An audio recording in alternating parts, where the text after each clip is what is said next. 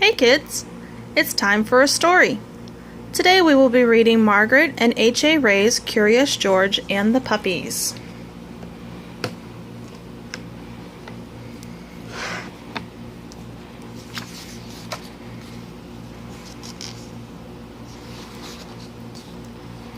This is George. George was a good little monkey and always very curious. One day, George went for a walk with his friend, the man with the yellow hat. When they sat down to rest, they noticed a tiny kitten peeking out from under a bush. The kitten looked frightened. "Perhaps she is lost," said the man with the yellow hat. Together, he and George searched the park for the little kitten's owner, but the kitten was all alone. "This kitten is too young to be on her own," the man said. "We should take her to the animal shelter where they can care for her and find her a home." So George and the kitten and the man with the yellow hat drove to the animal shelter. The director of the shelter was glad to see them. "It was good of you to bring the kitten here," she said. "We will be happy to take care of her." George gave the kitten to the director. Then he and the man with the yellow hat walked inside. "Come in," the director said, "but watch where you step. We have a large litter of puppies, and one has gotten out of his cage. We're still looking for him, so please be careful." She closed the door quickly behind them. George had never been to an animal shelter before. Animals of all kinds were being cared for here. George saw bunnies, cats, turtles, and guinea pigs. He even saw a snake.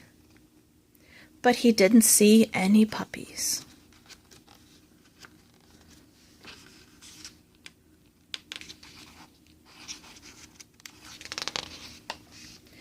"George, I need to sign some papers," said the man with the yellow hat. "Please stay here, and don't be too curious." Just as the man with the yellow hat left the room, George heard barking. Maybe it was the puppies. But where was it coming from? George was curious. He followed the barking noises and found a room full of dogs. There were yellow dogs, spotted dogs, sleek dogs, and fluffy dogs. There were quiet dogs and yappy dogs, and even a dog without a tail. But where were the puppies? Then George saw a little wagging tail, then another, and another. Once George saw the puppies, he could not take his eyes off of them. He had to pet one. Here was a puppy, and the puppy liked George. George wanted to hold the puppy. Slowly he opened the door. But before George could even reach the puppy, the mother dog pushed the door open and was off like a shot. George tried to close the door after her, but the puppies were too fast.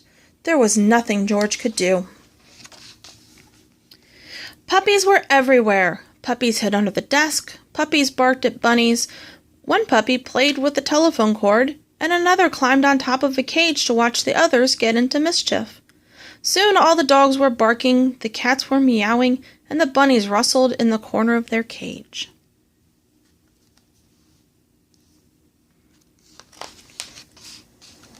"Oh no!"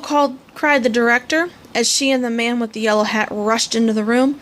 "Now all the puppies are out." The man with the yellow hat helped the director gather up the puppies and put them safely back in their cage. Soon all the animals were settled down and were quiet. Except for one. Who was still barking? It was the mother dog. What was she barking at? There was nothing here but a door. There must be something on the other side, thought George. He opened the door. It was the missing puppy. Everyone was happy to find the puppy. The director scooped him up and said, "George, you certainly caused a ruckus, but if you hadn't let the puppies out, we might still be searching for this little one." Then she gave the puppies and their mother a snack. "These puppies are now big enough to live with families who will take care of them," she said. "Do you want to take one home with you, George?" George did. And that is the end.